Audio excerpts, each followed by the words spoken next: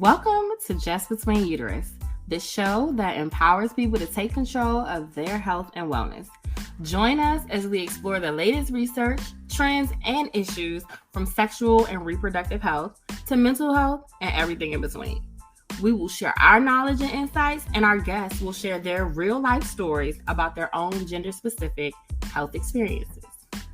Whether you're young and just starting to think about your health, a busy parent juggling work and family, an accomplished professional, or mature and navigating menopause and beyond, this podcast is for you.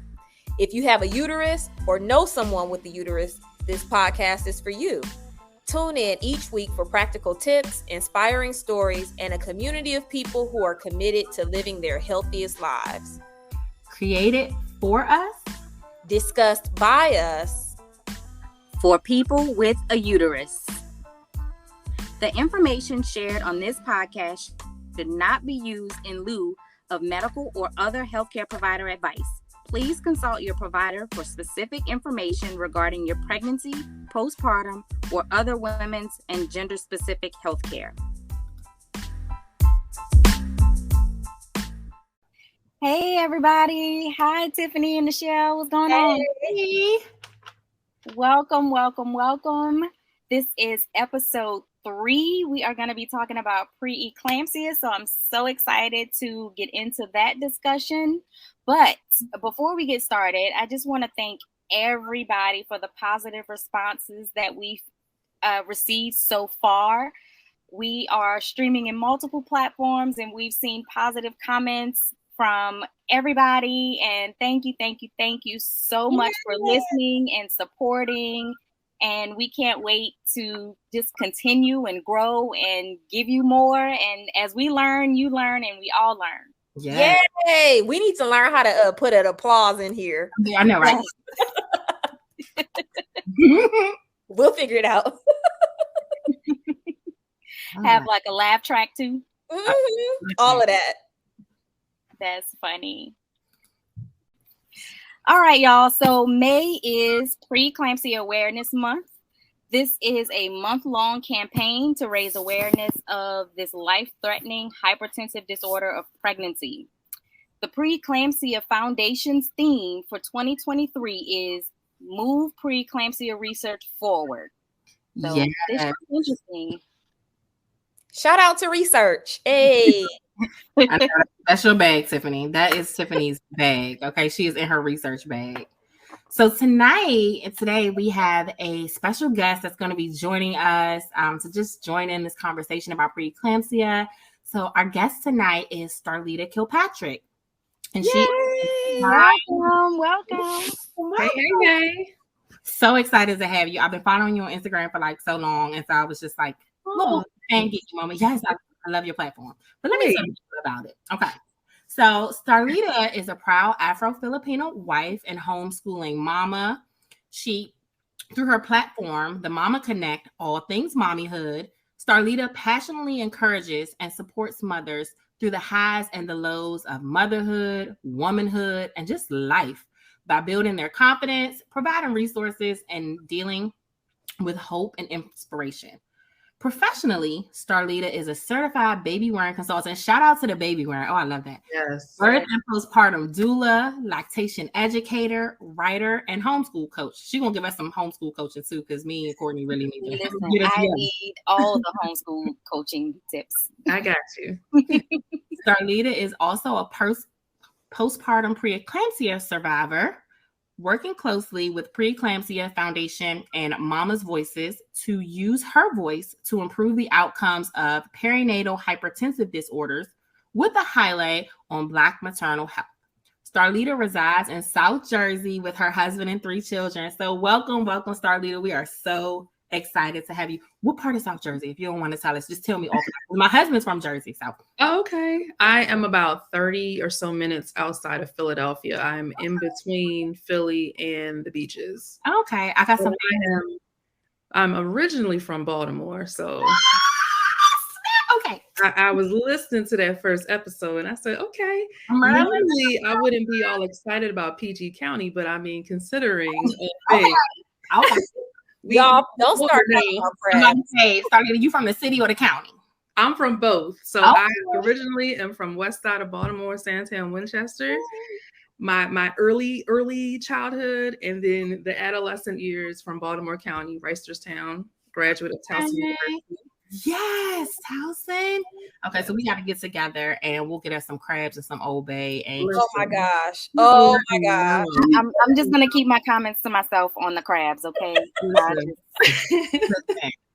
Listen, I love New Orleans. That is my favorite city. My favorite city in the United States of America.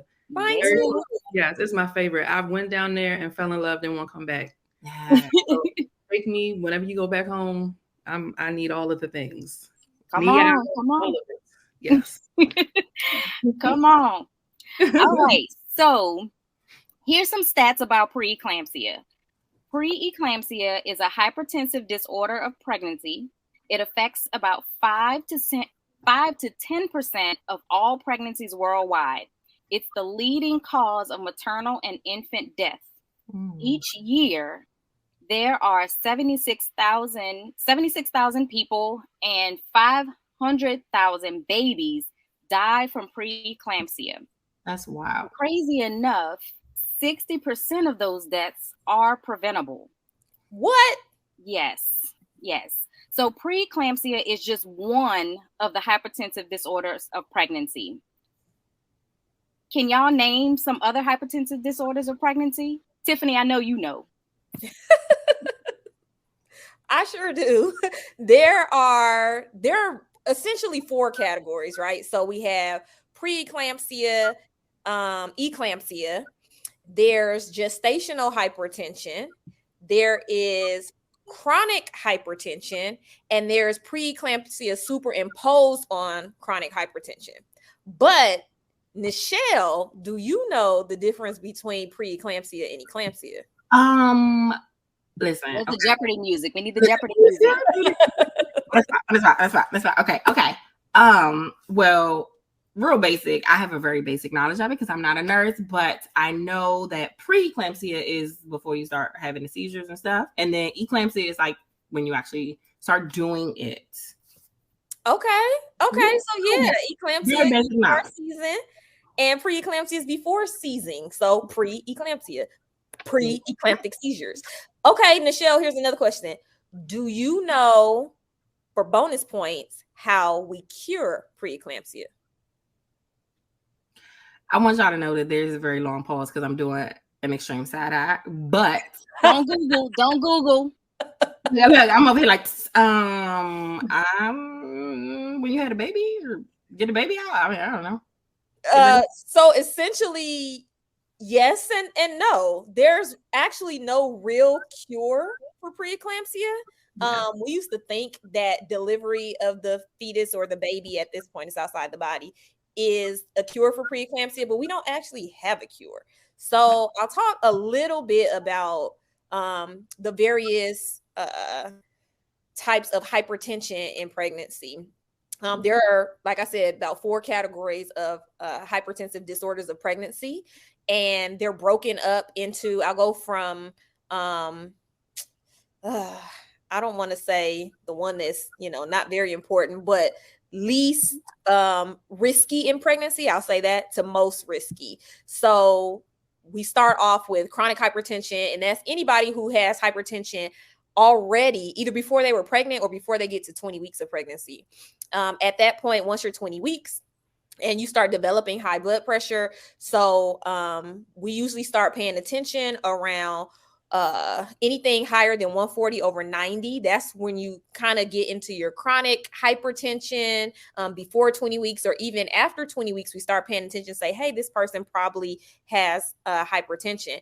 We move into the preeclampsia, eclampsia category, where either, you're not seizing yet or you are seizing. And there are some differences with that. So this is when you'll start to have, in addition to your elevated blood pressures, you might have some vision changes. So you might have blurry vision, you might have double vision. You start to have changes in your lab work. So you might start having protein in your urine. You start to have different manifestations of in-organ disease failure. So I don't want to use these terms. Oliguria basically means you're not peeing as much as you should, right? You're putting out less urine than you should, usually less than 500 milliliters in 24 hours, which is pretty low.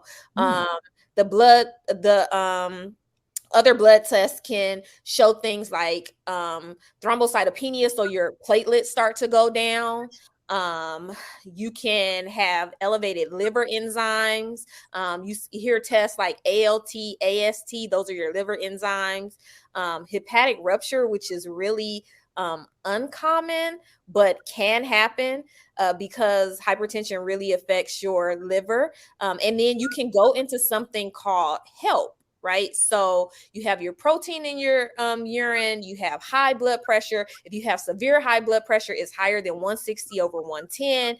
And HELP is actually an acronym that stands for hemolysis or hemolysis, depending on how you say it, elevated liver enzymes and low platelets. So essentially your blood cells are breaking down, your red blood cells are breaking down, your liver enzymes are going way up, and then you don't have as many platelets. So you can't clot your blood the way you should be able to. If you bleed, you may essentially bleed out.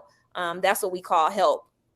And then there is chronic hypertension superimposed. You'll hear people say that. That just means you had hypertension before that 20 weeks. And then after that, you also develop preeclampsia. So now you have protein in your urine, you have severe range high blood pressure, you have vision changes, you have pain in your upper right quadrant. That's usually indicative of liver pain. Something's going on with your liver. So these are all the things that we kind of look for when we think that you're preeclamptic. That's crazy. And it's like we go through just the craziest and scariest things to like bring these children into the world. Like I mean, I don't want to say having a uterus is a blessing and a curse, but there are some definite like risk, obviously, to doing that. So Starlita, I know in your bio it said that you worked, of course, this is kind of your topic. This is your thing. This is your jizz, your bag. So share with us a little bit just about your story and then how you got into being such an advocate for yourself and for other parents. So I actually I'll start from the beginning and give you the cliff notes. With my first pregnancy, I had some elevated blood pressures. So I think I probably did maybe 1 or 2 stress tests sometime in the 3rd trimester. They were all fine. The solution to that was to go on bed rest and leave my crazy job alone. I worked in a clinic in Philly, and I was a medical case manager. So you can imagine, whew, Oh my gosh. And they called me for everything. So I was very stressed out. But whenever I wasn't there, my blood pressures were fine. So pregnancy was totally like textbook, was what the nurse midwife said. I had a midwife at birth center in Delaware. And it was a water birth, and they literally just sat there and just watched me do my thing. And it was amazing. And then the second pregnancy had gestational diabetes, and they warned me that, okay, she might be small and all this stuff. And she was totally normal, and everything. There were no complications. Another birth center birth with her. And then the third one. So, with that one, another birth center patient I was at that time. And I had my blood pressures were elevated throughout my pregnancy. And they would, this time, what was different about this one and the first one was that they would actually send me to the hospital as a precaution. So to get those extra tests done on my liver and my kidneys. So I just go there just because they couldn't do those tests there and at the birth center, and I'd come right back home or come right back to the appointment, right after that, because everything would be totally normal. And this continued on throughout my pregnancy. Every once in a while I'd show up and then come right back because everything was totally fine. And so towards the end of my pregnancy, probably 34, 35 weeks, they were talking about, okay, we're going to have to plan for an induction because your blood pressures just keep trending high every time. So I had an induction scheduled at 37 weeks or 37, 38. And it was the least, I forgot what it's called, but it was the easier one, the least, least invasive. Yes. And didn't even take long to work. Had to, call the nurses. Hey, I need my midwife back right now. I can't wait till the morning. Take this thing out because I feel contractions. And then, ended up having an epidural with her at the last minute, but it was just enough to, help me through. Point, yes. And that, when that happens, then it's like, okay, heart rates are going down a little bit. So, we had a little bit of that, but everything was fine. Like Zara was born and, there were no complications and, we went home. And then, so I'm trying to settle in with my now 3 kids, and they were, I believe 4, 1, and then a newborn at the time, or 3, 1, a newborn, something like that. And, I remembered that I needed to take my blood pressure. That was what they told me to do. And I was like, oh yeah, I haven't taken it today. So I took my blood pressure and I don't remember what it was. I just remember calling the midwife on call. I knew that it was high too, so I needed to call her. And you could hear the fear in her voice. And she was just like, what did you say? Like, repeat what you said. And I told her again, she's like, I need you to immediately go to the nearest hospital. Just start getting your things and go and tell me where you're going to go so I can call them. Go to the nearest hospital that was probably 3 minutes from my house. And they have no maternity unit. They didn't know what to do with me. And so they said, meanwhile, my blood pressures were rising at this time. But they didn't admit me. They ultimately decided that they were going to get the ambulance to transfer me to another hospital in Center City, Philadelphia. Because they didn't have a maternity unit, but you're no longer pregnant? Listen. I don't even want to say what the hospital is, but if I tell you what it is, Tiffany, you would know. Well, at least your midwife took your concerns seriously, because she was horrified. Yeah, that's another issue, is that when people do call and report these symptoms, they get dismissed or told, oh, just call me tomorrow, keep checking it, or so I mean, good thing you went somewhere that was able to at least get you to a higher level of care. But yeah, that is a little crazy that they couldn't take care of you, being that you were no longer pregnant. Yeah, that's crazy. That was so surprising to me, because I'm like, my blood pressure, I mean, if I had to guess, I mean, clearly they were over 140, over 90, but I believe they were like in the 160s, near 100 at this point. Like they were high, and then they just kept going up. So I refused to go to the hospital that they wanted me to go to. I said, no, I'm gonna go to this other one, because if I need to be somewhere where there's maternity care, if that's why you can't see me, well, I know an amazing hospital in Center City, Philadelphia, that I would love to go to. And my husband drove me there with my newborn. She came with me because, to be honest, all I cared about during this whole time, I just wanted to breastfeed my baby. I just wanted to be normal. I just wanted to continue the normalcy, or establish a new normalcy. So I just thrived off of having her near me whenever I could. So she was with me, and with my husband. So he's driving down the highway. I have my head and my knees in between my knees, trying to be calm. We're going down the bumpy highway, about 20, 30 minutes from where I was. So we're driving an extra half an hour into town, get to the hospital, emergency room, all that stuff. And it was one of those days, the full moon was out, or, something was happening, because everybody was having a baby that night. So they had nowhere to put me. Wait a minute. It just dawned on me that these people had you walk out of the hospital and drive yourself to another hospital. Right.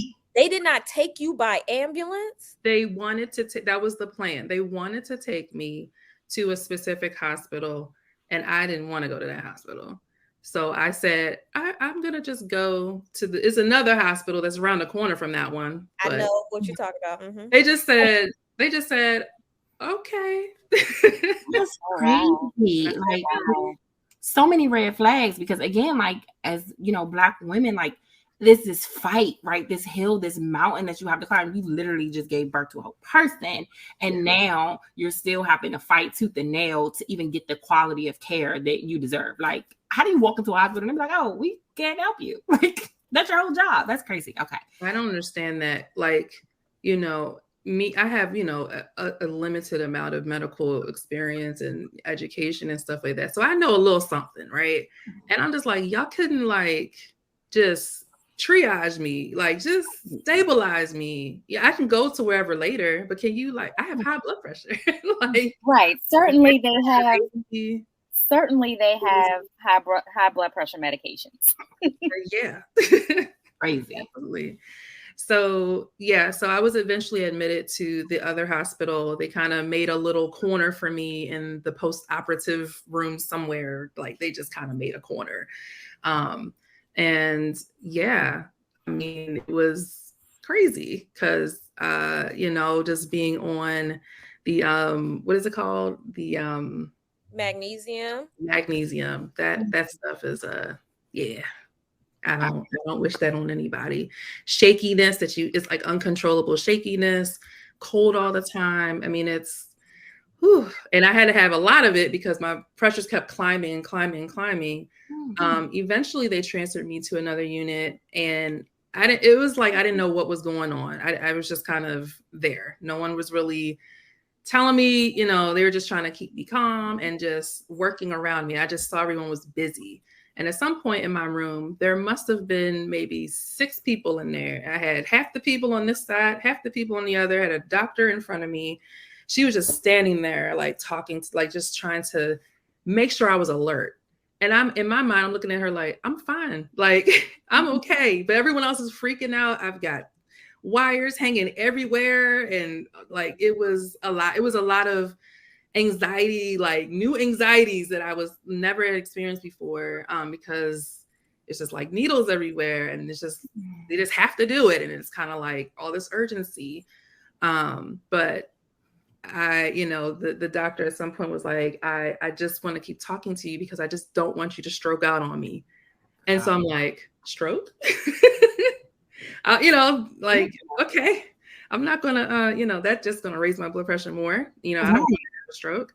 My blood pressure's definitely got into the 200s, like 2 something over something. It was, yeah, they definitely reached over the 200s at some point.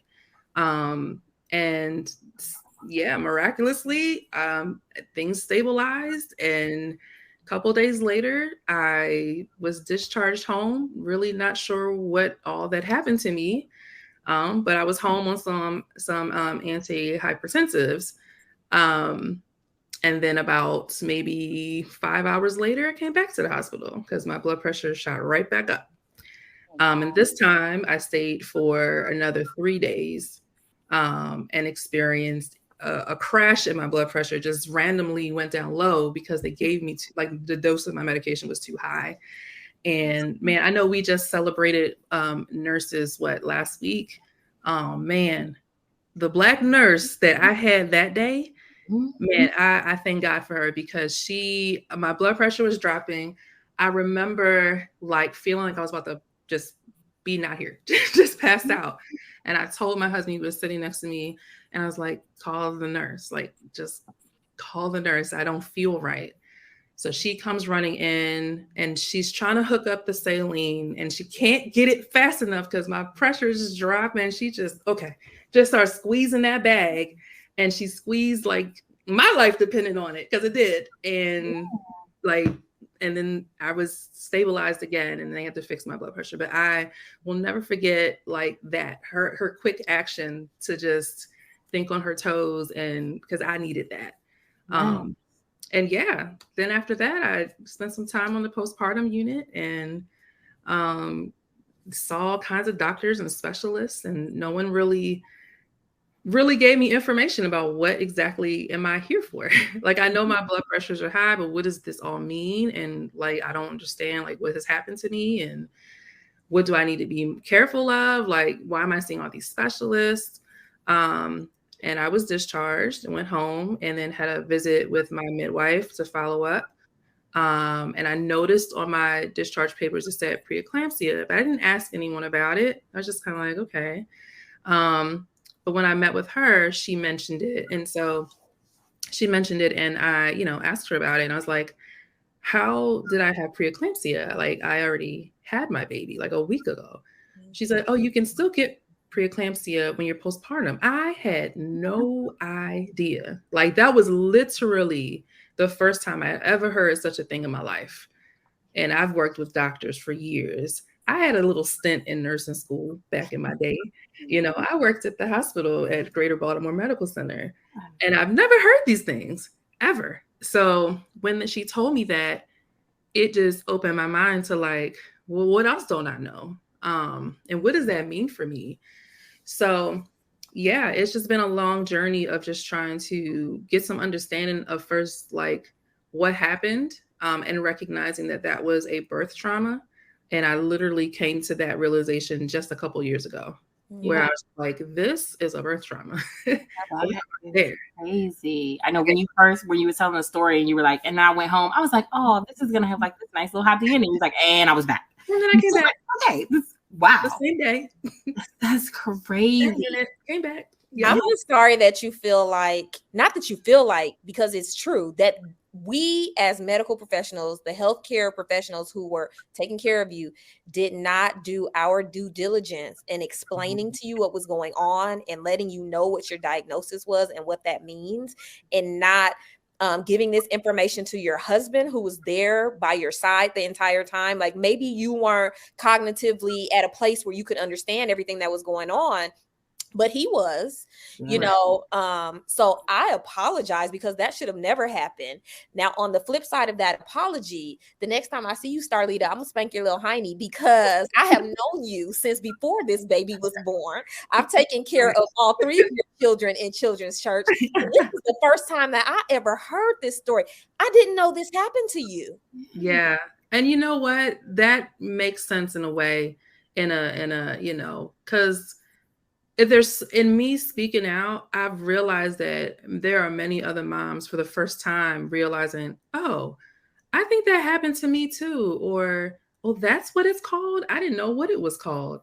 And, or they've not known how to process it with anybody else. Cause it's really a lonesome situation. And you feel really weird. It's like, especially, and I'm speaking as someone with particularly postpartum preeclampsia. Because it's like literally like I was enjoying my newborn with my two other kids like anybody else.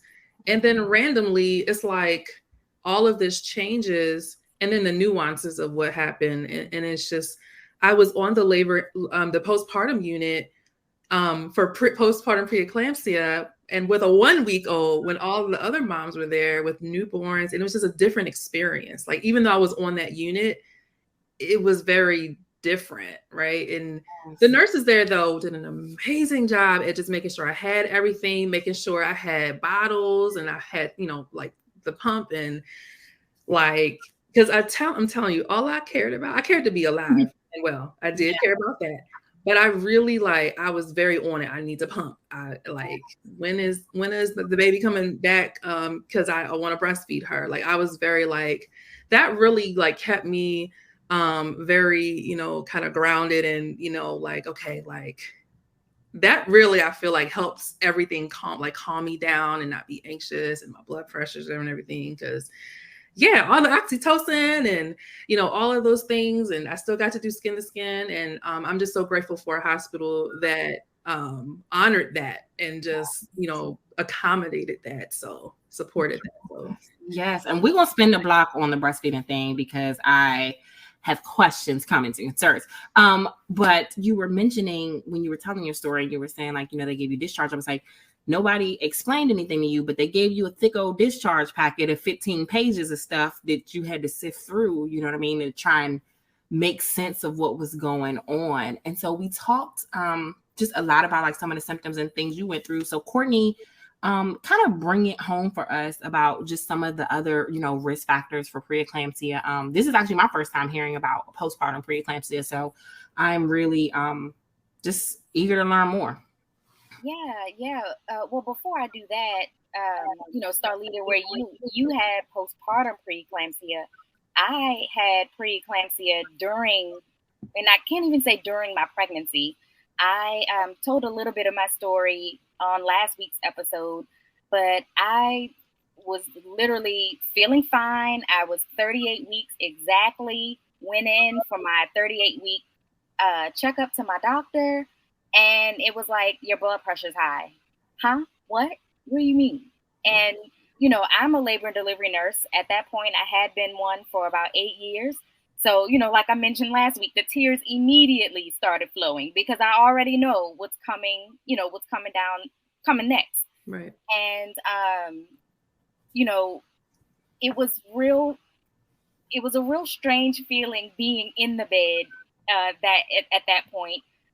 Because, thankfully I was at a facility that I had worked at. So all of my nurses were my friends. And so they were trying to calm me down, calm my husband down. But it was so weird how fast everything happened. I was only 38 weeks. I'm like, I got another 2 weeks at least before this baby comes. And then here it's like, going to my doctor. All right. Oh no, you're not going home. Go straight to the hospital. Do not pass go. And then I'm hooked up to all these medications, and everything just got real serious really fast. So I can understand from that aspect of like everything's fine and then it's not. Yeah. So yeah, thankfully, once I had my son, my blood pressures postpartum stabilized. I ended up having to be on some medicine for about 6 weeks after I had him. But, thankfully I didn't have to be readmitted after he was born. You mentioned, all you wanted to do was breastfeed. And so often I hear people say that they weren't allowed to breastfeed. Mm-hmm. So when I had my son, I had to be on a medication called magnesium sulfate. And I'll let Dr. Tiffany explain that one a little bit later. But there was never even a question of not breastfeeding. Like, I had this baby and I'm going to breastfeed him. How did that experience go for you? I know you said that's, aside from being alive, yes, that's kind of what you cared about the most, was being able to breastfeed. So were you able to do that? Was that impacted or interrupted at all? How was that experience? Yeah. Like I said, the hospital was really supportive about at least getting everything I needed for pumping. But my husband when he come to visit, he would bring our newborn and I would breastfeed her. And they, were very supportive. I didn't have anyone telling me I shouldn't or anything like that. Or it was just kind of like, oh, she's nursing the baby, she's feeding the baby. Let's let her have her time. Just like as if I had delivered there and was one of their, labor and delivery patients on the postpartum unit. Like they treated me like one of them. So it was, I did what I could. I did experience some like mom guilt because with my first two, I pretty much exclusively breastfed them. Definitely with the first, right away, had some issues a little bit getting started, but then we were off to the races. And then with my second, and then that wasn't very long because my girls are very close in age. So 10 months in and I'm pregnant. Like, oh, bless your heart. Wasn't expecting that. Okay. So my supply went down and all this stuff. So I was already experiencing some mom guilt because of that with my middle child. And then here I am, and this whole preeclampsia thing is messing up my plans. And so I was feeling a little guilty about just not being able to, I don't know. I felt like I just wanted to provide her just a normal, you know, but I think she got it for the most part. Like, I mean, she, you know, it was just a week, you know, in the hospital. And again, during that time, I was able to, you know, do what I could do when she was there. And I mean, I had people telling me, friends and things like that, like, girl, don't worry about all that. Like, just, you know, I'm like, you don't understand. Like, I mean, you're a mom too, but it's like, I wish, you know, they could understand. Like, I know that you know, there's other things to worry about, but it was like, it was just so special to me. And it was very important to me to nurse my babies as long as I can. And I'm so glad that I did kind of advocate for myself for that, to everybody, because it worked out just fine. And again, like I said, just all of the love hormones and like everything, I really think played a role in my recovery. So yeah, absolutely. So like Nichelle mentioned, according to the March of Dimes, some risk factors for preeclampsia are multiple gestation. So if you're having twins, triplets, more, that can put you at an increased risk for preeclampsia. Having had preeclampsia in a previous pregnancy, when and again, I told this story a little bit last week, but you know, I had preeclampsia with my son. I was hoping and praying not to have it again with my daughter, but I ended up with it. Yeah, surprised, but not really surprised. I ended up with it. You know, again with her. Thankfully, though, I didn't have to go to the hospital and be induced. I was able to give birth to her. I think she knew, you know, I wanted to birth at the birthing center because we were literally scheduled for an induction at 8:00. But contractions started at midnight and she was born by 3 a.m. So she wanted out and not to go to the hospital, just like I wanted to not go to the hospital. Yeah. So yeah, I should have known better, but you live and you learn. Let's see. So also some more signs and symptoms of not signs and symptoms, risk factors are having pre-existing high blood pressure. So Tiffany talked about the superimposed preeclampsia. So it's really important for preconception care, meaning before you even think about getting pregnant, you should see your doctors and discuss your options, discuss, you know, where you are health-wise so that you can be in the most optimal health that you can be going into pregnancy. That doesn't mean, you know, things won't happen, but at least starting off from a place of good health versus, you know, having extra risk factors definitely increases your chances of having a healthier pregnancy. Yep. Let's see, diabetes, kidney disease, any autoimmune diseases can put you at greater risk for preeclampsia. Being older than 35. Oh, Lord. Put you at risk for preeclampsia. I was only 30, so I need that one back. Right. Well, see, I'm over 35 now, so they, you know, when you start going into, do you know what they call that? Advanced maternal age. Yes, but I was utterly appalled. Here I am, a 23-year-old, no kids, labor and delivery nurse. I saw elderly gravida written on someone's chart, and I was like, what in the world? For those that don't know, gravida just means pregnancy. And of course, we all know what elderly means. And this lady was like 37. How dare they write that? Advanced maternal age is one thing. I think we can all, just suck that one up. But elderly gravida, really? Okay. Look, if I ever have a baby, they're going to be calling me Sarah because I'm already 40. So not you being 90 years old. I refuse. I rebuke all of that in the name of Jesus. That's so crazy. I was 34 when I had postpartum preeclampsia. So I was right there on the cusp of and they start pushing that too. You almost right there. You almost advanced maternal age. I'm like, I feel 12. Okay, like you think of like adulting, right? Like you think when you're elderly, you'll have stuff together. You're like, and I was just like, yo, I'm just outside of like my city girl, my hot girl summer. Like I'm trying. No, elderly, advanced is fast. Your knees know you're not 12. Listen, that part. Because then we talk about your last risk, which is being affected by obesity, BMI of 30 or higher. So my knees definitely no. Mm-hmm. And that's the thing. The crazy thing when, for my first baby, I had none of these risk factors. I was healthy. I didn't have any medical issues. I didn't have a high BMI.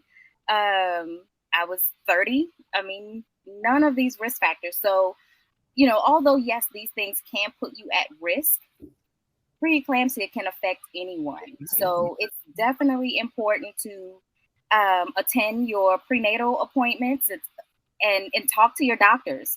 They will be monitoring your blood pressure at those appointments, but you can also monitor your blood pressures at home. It's definitely important to, just know the signs and symptoms. I'm sorry, were you going to say something, Michelle? Oh, no. Go ahead. Oh, okay. So yeah, it's important to know the signs and symptoms, right? So those are headaches that do not go away. Change in vision. So you can have blurred vision, double vision. Some people see little floaters or flashes in their eyes, or maybe they see spots. Those are definitely things you want to call your doctor and request to be seen. Nausea and vomiting past the first trimester, especially toward the end of pregnancy, can be a symptom of preeclampsia. Pain in the upper right side of your belly or shoulder pain, sudden weight gain. And I think I read that it's, anywhere between 2 and 5 pound weight gain in less than a week can also be a sign of preeclampsia. Swelling in your hands, your face, your legs, and trouble breathing. So even if you feel fine, right? You can feel absolutely fine. You may not even feel anything. Just stay, attend those prenatal visits, monitor your blood pressure. And if at the slightest bit of something is not right, the slightest bit of something is off, call your healthcare provider, call your doctor, call your midwife, call whoever you go to for care, because that can be the difference between life or death, right? Imagine had I not shown up for my 38-week appointment that day. Imagine Starlita not calling her midwife when she felt something was off. You want to catch it early before it progresses to anything more serious, like HELP syndrome that Tiffany explained earlier. So stay on top of it, know the signs, and make that call. It is always better to be safe than sorry. You are not bothering your doctors. I hear that a lot. Oh, I don't want to bother them. You're not bothering them. That's what they're there for. That's what you see them for. And you are not bothering them. And that's what you pay them for. I mean, if we're really being honest, like even with my lactation clients, I tell them this all the time, like with the pediatricians or the OBs and stuff, like you are paying these people. I know it doesn't seem like because you have insurance, but you pay a premium, right? Your insurance on your behalf is paying for those. So you are paying these people. You don't have to, frequent their establishment and pay for their services if you're not getting the care that you need. And Starlita, you mentioned something earlier just about how one thing I wanted to say is that these symptoms too, like as a mom and as a parent, are things like I have a headache that doesn't go away. I have 2 kids, so like maybe I do have a headache. You know what I mean? You never know. Or like the nausea and vomiting, because I had hyperemesis with my daughter, and I was told, like, listen, it may resolve right after you deliver the baby, but it may, linger for a little bit, kind of a slow burn. But again, like these are just things like trouble breathing. If I'm 38 weeks pregnant, then of course I have trouble breathing, but if you're feeling like something is off, just do not write it off. Just mention these concerns to your healthcare professional. But Starlita, you mentioned, yours happened like right 1 week after you had your baby girl. And I think about how like you don't go back to see the doctor until 6 weeks, right? So there's that little, thing of care. And you had a midwife. So I know that midwifery care is a little bit more frequent than that. But, imagine for the person who didn't have that and was just like, I'm just going to wait it out, which we see a lot. Right. Yeah, that is something that we are that's being worked on or being reconsidered. I know, Tiffany, you love research, and there is research happening and talks happening. You probably already know. Just about when, should that be bumped up a little bit? Should we see them, more sooner? Because anything can happen clearly between now and then. I mean, let's talk about your menstrual cycle real quick. I mean, TMI, but mine came right on just in time for that, that first checkup. Like every time, every pregnancy is like, it's already happening. Like, beat y'all to it. So you never know. Like, there's always something that like can happen. And I will say too, to add to the conversation you were talking about before, like in terms of signs and symptoms, I had none other than my blood pressure, which was like the major one, but I didn't have any floaters. I didn't feel nauseous. I didn't have any headaches. I felt fine. Even with those pressures getting up in the 200s, and they're looking at me like, waiting. Like, yeah, how you walk around here? Looking back at them like, I am shivering. Can you please like give me a blanket? And to be honest, like I'm kind of going down this journey of just still getting more information and talking to my husband about like, what do you remember? And I'm about to pull my hospital records. I want to see some notes. Like I'm about to go on a journey because I want to know. But also, like I'm wondering if, like, because my pressures were so high, I've noticed some side effects that may have been maybe stroke-ish, mild stroke or something that I've experienced over the years. I've brought up to my, previous providers. So, I might look into that to see, just to rule it out, because it's, just certain things I noticed, and it's just I noticed a change after all of that happened. And just like, why is my body doing these things now? Why can't I, do this anymore? So yeah, I think it's really important that we're talking about this, and in particular the fact that preeclampsia is still a risk to people who give birth after their child is born. Yes. You talked about the fact that we don't go back to the doctor for 6 weeks, could be 8 if you've had a cesarean section, but there's a push to do more postpartum care in what we're now calling the 4th trimester. And so, I wrote a paper on it. I'll put it in the show notes. But, there's a push to get physicians, midwives, any type of perinatal care provider to see birthing people within the first 2 to 3 weeks or so after they have a baby, not wait to that 6-week mark. We have, babies come back within days, 3 days of the time that you give birth. We're trying to now do more couplet care. So when the baby is taken to the pediatrician, they'll see mom as well, right? They'll take her blood pressure. They'll do some blood work if it's needed. They'll just check in and make sure that she's okay, because we know that there's a longer time period that she's not going to go to the physician. Hey, if you are, feeling weird, you don't feel right, go down to CVS, go to Walmart. They will take your blood pressure. There are machines there that you can have your blood pressure taken if you don't have a blood pressure cuff at home, or if you don't know someone who has one. But don't write these things off, because having a baby does not save you from pregnancy-related morbidity or mortality. A full 1/3 of women who die of pregnancy-related causes die after the baby is born. Yes. Right? There are people who die in the community after they've been discharged and they go home. And so there's a big push to do more care in the community. I was on a committee that did a lot of work around this, AIM CCI. There's a community initiative to get physicians, healthcare providers, nonprofits, anyone who does maternity work to increase the voice, around care for women after they've had these babies. And so we'll put that in the show notes too, the link to AIM CCI. There's a lot of really great resources there for organizations. It's not really for individuals, but if you work at a healthcare organization, if you do something with women who have recently delivered, who are in that postpartum stage, there's a lot that we can do to make sure that they stay safe. Yeah. I always thought it was crazy how when you're pregnant, right, you see the doctor every month for a little bit. Then you go every 2 weeks for a little while. Then you go every week for a while. And then once you have gone through this birthing experience and now have a person to take care of, all right, bye. See you in 6 weeks.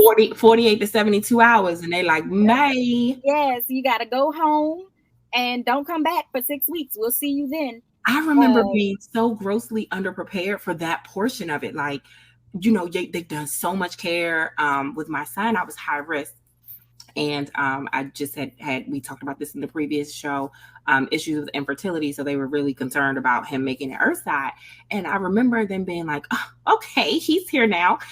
Here's your baby. Bring us a car seat. Where's your bag? Let's go. I'm bringing these papers. You got to get up out of here. And I was like, hold on. So just don't come with no instructions. Like I'm just going home into the wild, and then don't pick up nothing over 10 pounds, you know, but take your baby to the doctor, like Tiffany said, within, 48 to 72 hours. And I'm like, okay, so when do I see my doctor? After seeing them for every, once a week from when I was 20 weeks. And they're just like, oh no, we'll see you in 6 weeks. Don't worry. We'll call you and schedule an appointment. And I'm like, oh wow. So I'm just, supposed to just be hanging out here in the wild, just figuring it out. But like you said, it's just so crazy, like with the parental care and the maternal care, like here you go, and it's demoralizing too, especially in our society with not having paid paternal leave, not having the support that we need within maternity care. The U.S. is a great nation, but it is behind the curve in a lot of things. Oh, yes. And you think about this, like it's so much focus on the baby. And yes. Starlita, I know you do some work as a postpartum doula,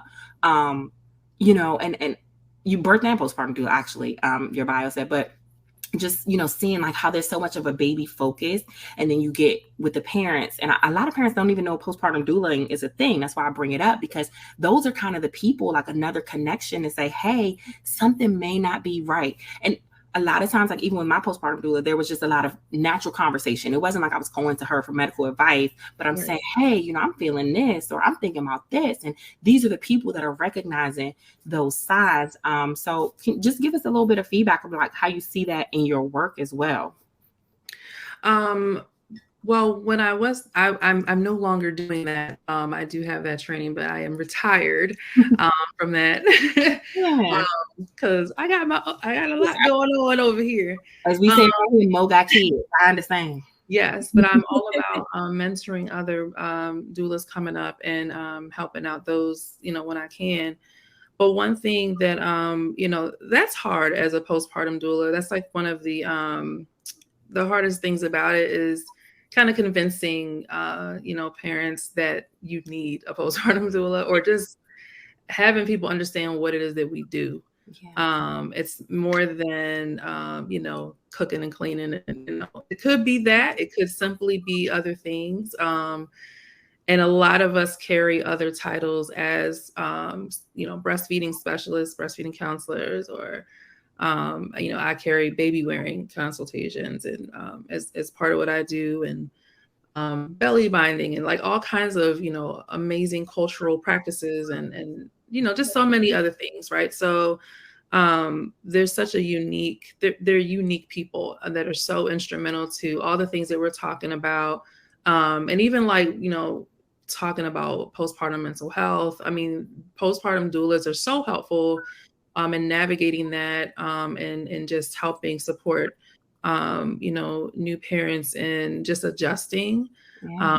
But also one thing I'll say for birth doulas, in my practice, I got into the habit very early on to talk with my clients about postpartum. Like, okay, we have a birth plan, but we need to make a postpartum plan. Yes, whether or not you're my postpartum client or not, like we need to talk about we have a light version, like even just to get the wheels turning. Like, and I encourage a lot of birth doulas to do that, because it's like you're planting the seed. Like, oh, I didn't even know I needed to think about that, right? Yeah. And so, that's something that is really important to do. Like, as we talk about, just the education of preeclampsia and a whole bunch of other things during the perinatal period, like in the community, our birth doulas and, whoever else sees these people, like, the pregnant people during their time, is like, just kind of letting them know all the things, or not to be overwhelming, but, just little seeds, like just give me a little, let me know a little something so that I'm not surprised, like, oh snap, what is this? What is that? Why didn't y'all tell me? Like, and I think there's this fear of like not telling. I feel like the medical system kind of like, there's this fine line of giving way too much information where we're just spitting medical terminology, medical jargon to scare people to do what we want them to do, or they want them to do. And then there's the whole like not giving any information at all. And it's just kind of like, we need a balance. Like, you can tell me all the things, but speak my language, be culturally sensitive, like, and like, the team aspect, and like you work for me, really, you know what I'm saying? Like, we like, it's not a do what we want you to do. Let me not go on. Yeah, no, and I think it's too, we're all in this together, right? The birthing people and the medical community and whoever has access to these people that have just given birth. I'll share a quick story. Tiffany, I think I told you about this earlier, but although yes, I am a registered nurse and labor and delivery was my clinical background, I am also a lactation consultant. And so I went to see this client, and I'm showing up as the lactation consultant, not necessarily the nurse. However, though, I could see she was super swollen. She just didn't look right, although I hadn't ever met her, but she just looked real lethargic in her face. And, I couldn't tell if it's swollen because I don't know what she looked like, not pregnant or newly postpartum. But, as I was talking to her, she mentioned she had a headache. And so I asked her, do you have a blood pressure cuff? Have you been taking your blood pressure? Thankfully, she had one. And her blood pressure was so high. I don't remember what it was, but it was really high. So I had her call her doctor right in front of me, like, get on the phone with them now. I really think you need to be seen now. And so she did, but her doctor was kind of, just take your blood pressure, monitor it throughout the night. And, if it's still high, call me tomorrow. And I mean, I was just utterly appalled, and I'm screaming on the inside. Of course, I can't show that to this client. And so I was like, listen, I really do think you need to go to the ER. Skip the doctor, go straight to the ER. Because your blood pressure is high and there's a risk of, postpartum preeclampsia. And, so like what you said, Starlita, it's a fine line between scaring and being alarmist, but also I need you to understand and take this seriously and listen to what I'm saying and what my concern is. Now, of course, we can't make people do anything, because I did follow up with her later on that evening, and she chose not to go to the ER. And so I felt so helpless, and I always think about her. I mean, this was probably 3 years ago now. So I always think about her and hope she was okay. And, I felt like I did what I could do in that situation. But it's just really scary, when something's happening, something's not right, and you see the signs and symptoms, and, really want to stress the importance of, you need to be seen. Someone needs to lay eyes on you. You need to be evaluated. Even if nothing comes of it, at least you have that peace of mind that everything is okay. So if nothing else, I think that's our message today is, if something does not feel right, please seek help. Please call your doctor. Please call your provider, whoever that may be, and have them check you out, check your blood pressure, stay on top of things, because that can literally be the difference between life or death. So any last words, anybody? Yeah, so we want to definitely, Starlita, tell the people where they can find you. I found you on the IG, but tell the people where they can find you. You know what's so funny? I'm sorry not to interrupt you, Nichelle, but I was looking on Instagram and I was looking at your platform, Starlita. I already follow you. Right. Yeah, I was telling Tiffany that on the side. I was like, wait a minute, we only follow each other. Yeah. was like, oh, I didn't know that was the star she was talking about. And the SEO miss, I'm telling you, Zuck is listening somewhere, because literally all on my feed, like I already followed you and I like your stuff, but like all on my feed this week, it's so crazy. Like you've just been there. So tell the people where they can follow you and hear more about this amazing work you're doing in the community, because I love your platform. Yes. So you can follow me literally everywhere at the MoMMA Connect, and that's MAMA Connect. Yes. And I mean literally everywhere: YouTube, IG, Pinterest. I'm not really that active on there, but I've got a Pinterest. I have a blog, a website, themommaconnect.com. Yeah. Hopefully one day soon a podcast will pop off. We are working on that. Yes. So, literally everywhere. Doing all the things. Yes, we will have to have you come back to talk about this baby wearing and stuff, because Courtney will tell you, we wear kids around here, okay? Like you crying, you hollering, just get in this carrier right now. Just life. Absolutely. Yeah. Yes. All right. Thank you. So one of the things we want to do on this podcast is hear your stories. We are going to create a segment called Maternity or Lactation tea, whatever kind of tea you want to give us. You have a crazy birth story, crazy lactation story, somebody said something crazy, funny, whatever it is, definitely share it. Let us know what you think. We want to hear from you. Just make sure the lactation tea does not have fenugreek in it, okay? Just make sure it does not have fenugreek in it. It's gonna make the lactation tea supply down. But yeah, tell us about the craziness that you hear in these streets, these providers. I mean, I could go on. Okay, we got some crazy colleagues, but and it doesn't have to be your crazy story. If you're a nurse, if you're an auntie, if you're a daddy, yes, uncle, we want all the tea.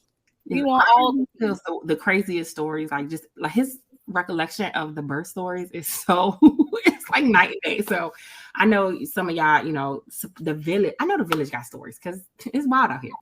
Yes. Absolutely. I can't wait till we actually get our videos going, because then you'll see us sipping our tea, our real tea out of our just between uterus mugs.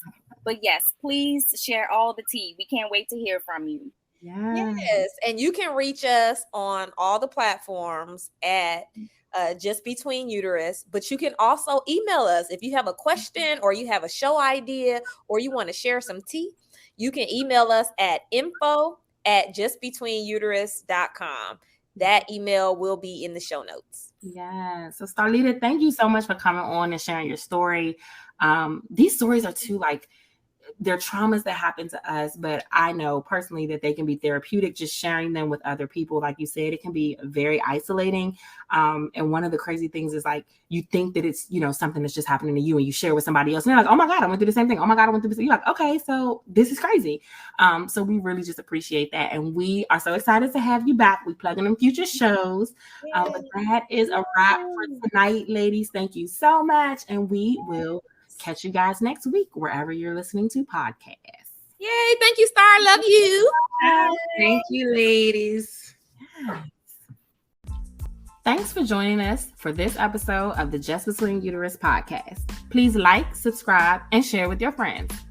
We want to hear from you. Follow us on social media at Just Between Uterus. And email us at info@justbetweenuterus.com. Bye. Bye. Don't put that in there. Don't put that in there.